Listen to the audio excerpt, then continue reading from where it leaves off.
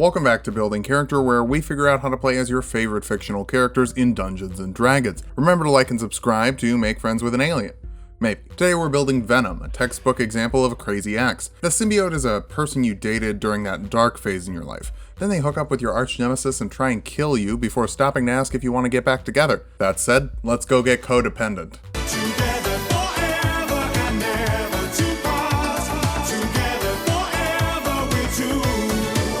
Let's start off with our goals for this build. First, we need symbiote strength so he can hit like a truck and throw literal trucks. Next, we'll get some superior mobility, climbing walls and jumping high. Finally, we'll get some general goopy abilities that are a little hard to classify. For stats, we're using the standard point array from the player's handbook. Roll if you want, multi-classing shouldn't be a big issue here. Just keep strength and charisma in mind. Speaking of strength, that'll be our number one. Jumping, climbing, lifting are all tied to this, as well as most of your damage. Charisma will be next. You've got to be hot enough to be an alien's rebound. Dexterity after that. Your body is pretty much made of evil jello, and that lends itself to acrobatics. Constitution to follow. You can take hits like a body of evil jello. Intelligence is on the lower end. It would be nice if it were higher. We just need other things more, and we'll dump wisdom. You don't like loud noises and touched black space goo. Not the best survival instincts. Now, while the symbiote is an alien, it likes to attach itself to humans, making them a little bit variant. For your feat, the athlete feat bumps your strength or dexterity by 1. I'd go for strength. You can jump with 5 feet of run up instead of 10, and stand up with only 5 feet of movement instead of 15, and you have a climbing speed equal to your movement speed, so walls aren't an issue. Bump strength and charisma with your 2 free points, take acrobatics for your skill of choice, and go for the soldier background for athletics and intimidation. I know Eddie Brock is the standard Venom, but Flash Thompson is also a Venom, and soldier skills work out better for the build. We'll kick things off as a Warlock, specifically a Great Old One Warlock. The symbiote is a weird being from space, and the fact that the pact is abbreviated as GOO is a happy coincidence. You can grab 2 skills from their list, take investigation and history. If you needed some journalistic skills, here you go. You can also grab 2 cantrips, and have you heard of Eldritch Blast? It's a ranged spell attack that deals 1d10 force damage, and we can augment it later to do more interesting things like a slimy little tendril. Mage Hand lets you create a floating spectral hand, maybe it's made of goo, and it can lift 5-pound objects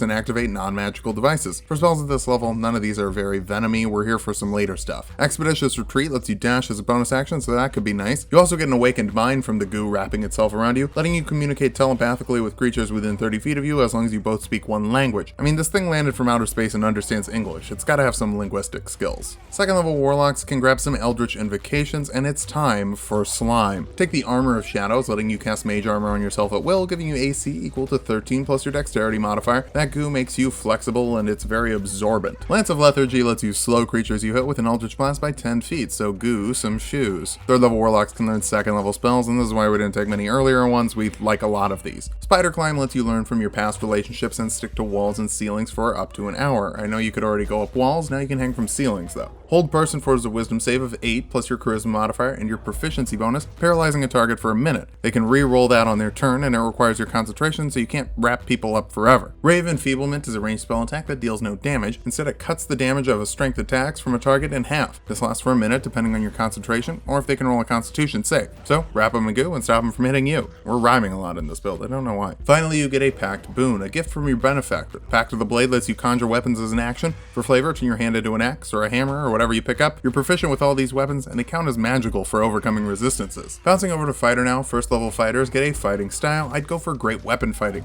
letting you re-roll 1s and 2s on damage die with 2-handed weapons. So get the big stuff with your packed weapons and use that strength mod. You also get Second Wind, letting you heal 1d10 plus your fighter level as a bonus action once per long rest. All that goo's pretty good at coming back together. Second level fighters get Action Surge, letting you make an extra action once per long rest, which is useful when you're dealing with Spider-Man. That kid is fast. Third level fighters can pick a martial archetype. The Brute from an Unearthed Arcana gives you Brute Force, letting you add 1d4 to the damage of your weapon attacks. Venom is brutal, I probably don't have to explain that very much. Fourth level fighters get an ability score improvement. Go for Strength for more damage each attack. Pretty simple. Fifth level fighters get an extra attack for more attacks to deal more damage. Again, fighters not complicated. Back to Warlock, fourth level Warlocks get an ability score improvement. Round up your strength and charisma for better melee attacks and better spell casting. Fifth level Warlocks can grab another invocation. Grasp of Hadar lets you pull creatures 10 feet closer to you when you hit them with an Eldritch Blast. The symbiote is all about getting closer to people. You can also learn third level spells. Fear forces a wisdom save on creatures in a 30-foot cube. Failing that, they are frightened and they can only dash away from you as an action. Now, once they're out of your line of sight, they can re-roll this saving throw, and it lasts for about a minute depending on your concentration. Use your bendy body to freak some people out. Sixth level Gulocks get Entropic Ward, letting you force disadvantage on a creature attacking you once per day. If they miss, you get advantage on attacking them next round. Fighting sentient soup can make it tricky to hit your target. 7th level Warlocks can learn another invocation. Agonizing Blast lets you add your charisma modifier to the damage of your Eldritch Blast, making those distant tendrils hit a little bit harder. You can also grab 4th level spells. Ifard's Black Tentacles creates a 20-foot square of tentacles that make the ground difficult terrain. Creatures that enter that space make a dexterity save or take 3d6 bludgeoning damage and are restrained until either they break out with a strength or dexterity check against your spell save, or you lose your concentration. They take another 3d6 bludgeoning damage each turn they're restrained. It's that big oil slick you do when you're really mad, you know.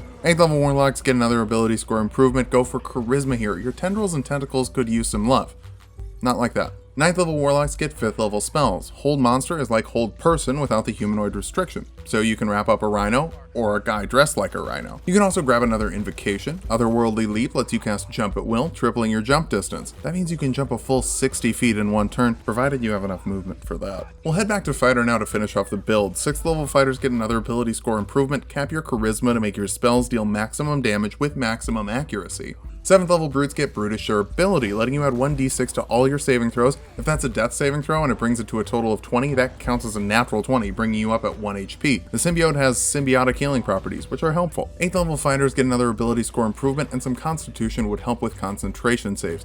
Considering almost all your spells are concentration and you only have 2 slots, that's important. 9th level fighters get Indomitable, which lets you re-roll failed saving throws once per day. Mixing this with Brutish Durability will make you very good at overcoming those tricky saving throws. 10th level brutes get another fighting style, and we can get a little cheeky here with the Mariner fighting style. If you're not wearing heavy armor or a shield, you get +1 to your AC and a swimming speed equal to your normal speed, which makes sense. You don't just go with the flow, you are the flow. Your brute force damage also increases to a d6, meaning you're hitting a little bit harder. Our capstone is the 11th level of fighter, giving you another extra attack so you could really wail on those enemies you're up close to. Now we've hit level 20, let's figure out how viable this build is. First, you can deal some great consistent damage with Eldritch Blast and extra attacks. You're also great at getting around with massive jumps, swimming speeds, climbing speeds. There aren't going to be many people that are able to get away from you. Speaking of other people running, you're great at reducing enemy mobility with cantrips to slow and pull, as well as spells that make difficult terrain and paralyze. Unfortunately, you only have 2 of those slots per day, so hopefully you don't need them that often. Also, almost all of your spells require concentration, and your constitution modifier isn't that high.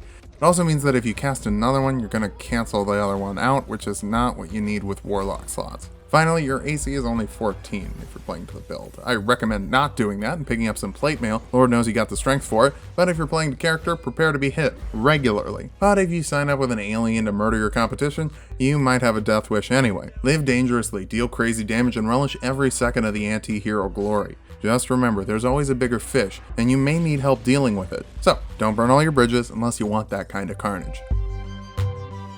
Thanks for watching. If you like the video, subscribe for more. We make 2 builds every week. Make sure to come back next week for a build that consistently gets ahead of itself and another build that's playing 4-dimensional chess.